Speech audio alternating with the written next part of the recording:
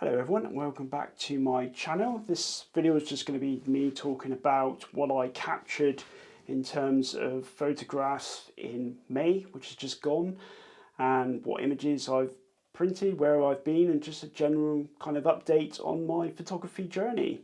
So compared to last month, I didn't really take that many photos this month. I probably took about 54 that I've kept, partly because if you watch my last video, I had sent my OM1 back to be repaired, and then the middle of the month came along and I was informed by the company that I originally bought it from that whoever they sent it off for repair decided that it was uneconomical to repair, which was a bit of a shock, to be honest, because this camera is only a few years old, and when I did do some research, it does seem to be a common fault that the joystick fails in the Mark 1 version of the OM1. Given their due, they did refund me the full amount that I paid for the camera only a couple months ago.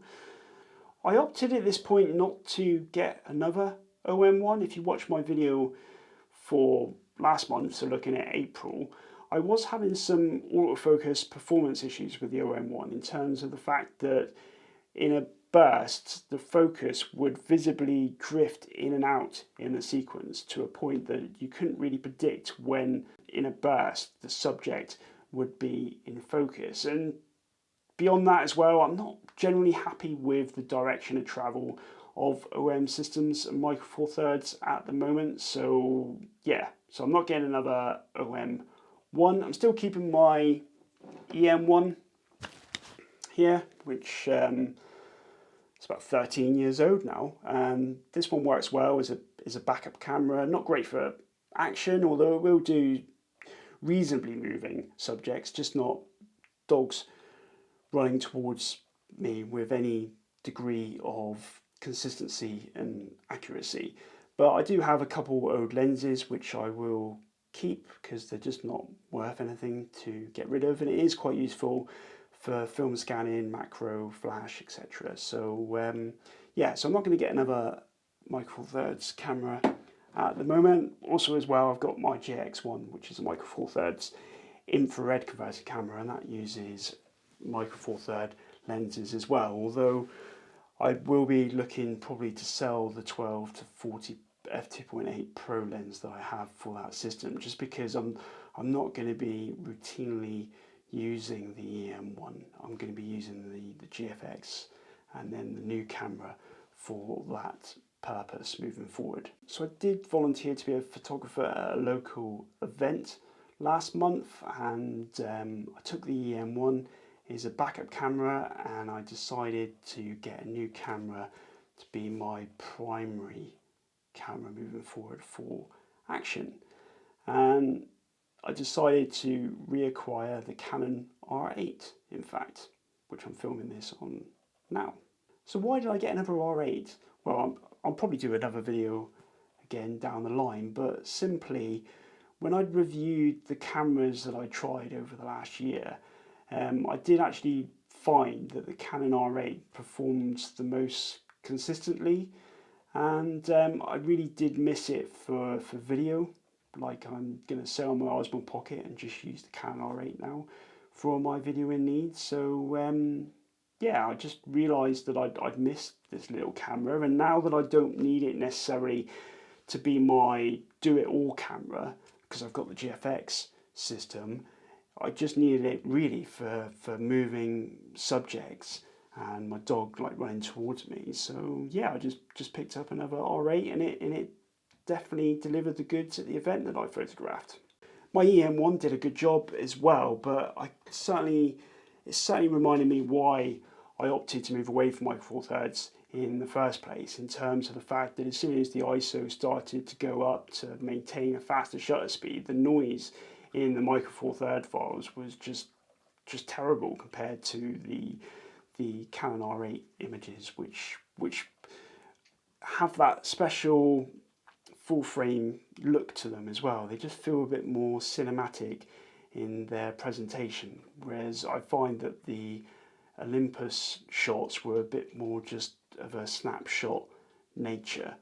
But it's just my view. Like, I've been happy for years with Micro Four Thirds, but I just feel like I'm happy to move on now to the full frame and the GFX system for my main photography needs. So because I'm happy with the GFX, I was willing to overlook the compromises I had first time around with the Canon R8 to get it again, and with the knowledge now that a shutter speed of 1/1000th of a second was never going to be good enough to freeze action of my dog running around. And with that in mind, I have been extremely happy with the results that I've got from this camera since owning it for a second time.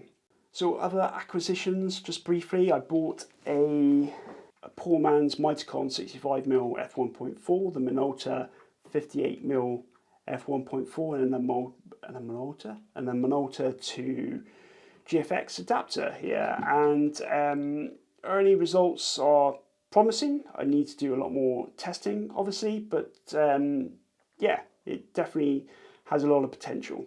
I also bought an L39 to Leica M adapter to use then on my Leica M to GFX adapter to try and get my Jupiter 8 lens working better on the GFX. I'm pleased to say that it actually does. You can focus to infinity, which is something that other adapters on the other cameras that I tried couldn't achieve. So yeah, like with the Minolta, I've only really just played around with this in the house. I need to now actually go out and use it in anger. The last thing I bought was this here, which is an M42 to Canon EF AF confirmation chip adapter that someone recommended me to get to be able to get manual focus lenses working better on the Canon 5D. In the fact that when you adapt an M42 lens to the Canon 5D, when you hold down the focus button and focus the lens, when it came in focus, you would get the green confirmation light flash on the optical viewfinder display. And whilst I can see that it has the potential to work, for some reason it doesn't particularly work that well on my 5D, in the fact that it's supposed to register an aperture of f1.4 on the camera when you use it, and on my camera it flicks between very, very fast f1.2, f1.4 and 0. When you manage to move the adapter into a position that it stays on f1.4, as soon as you try focusing, it sets it off again. So it's just, I just can't see it working the way it's intended to. I did clean the contacts of the camera as well with some alcohol and some cotton wool, and likewise with the contacts on the adapter, and it still didn't really improve its performance. One other camera I tried it on was the Canon R8, and I had a lot of hope for that because when I put it onto the Canon R8, the focus guide popped up. So I thought, oh, I'm in here, this will be great on the Canon R8 at least. But then when I've tried it out and about, all the results came back out of focus, even though the focus guide indicated that it had attained a focused subject where I was pointing the camera. So yeah, I'm a bit disappointed about this adapter, but it didn't cost a lot. So it was worth a punt, but unfortunately it just hasn't worked out for me. I get the feeling that it's a bit of a luck of the draw with these kinds of adapters. Some work, some don't work. So that's it for gear changes this month. I'm sure there'll be a few more next month as I get a more versatile action lens for the Canon R8, and I want to get a zoom lens, a native zoom lens for the GFX system as well moving forward. So yeah, look out for that next month. Yeah, because I'm pretty clear in my mind now that the Canon R8 is great for anything that moves, and my Fujifilm GFX system is great for anything that doesn't move. And then I've got other cameras when I feel like just going out for fun with something different. So that's why I'm willing, I think, now to commit to spending a bit of money on the lenses for the systems that I'm going to be using most moving forward. Right, so that's enough gear talk. Let's move on to pictures. So this month I mainly captured images on my Ricoh GR3. I went out and did an infrared kind of recce, on the GX1. I also used the Canon R8 and also the Fujifilm GFX. But I think out of all of that, like I mentioned earlier in the video, I didn't have many images that I took this month, partly because I was without a main action camera for the best part of 3 weeks.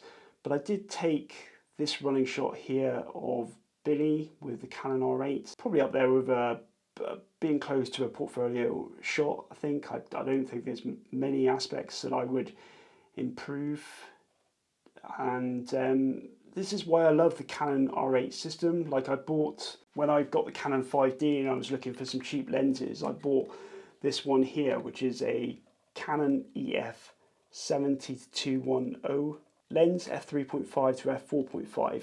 It has a tendency to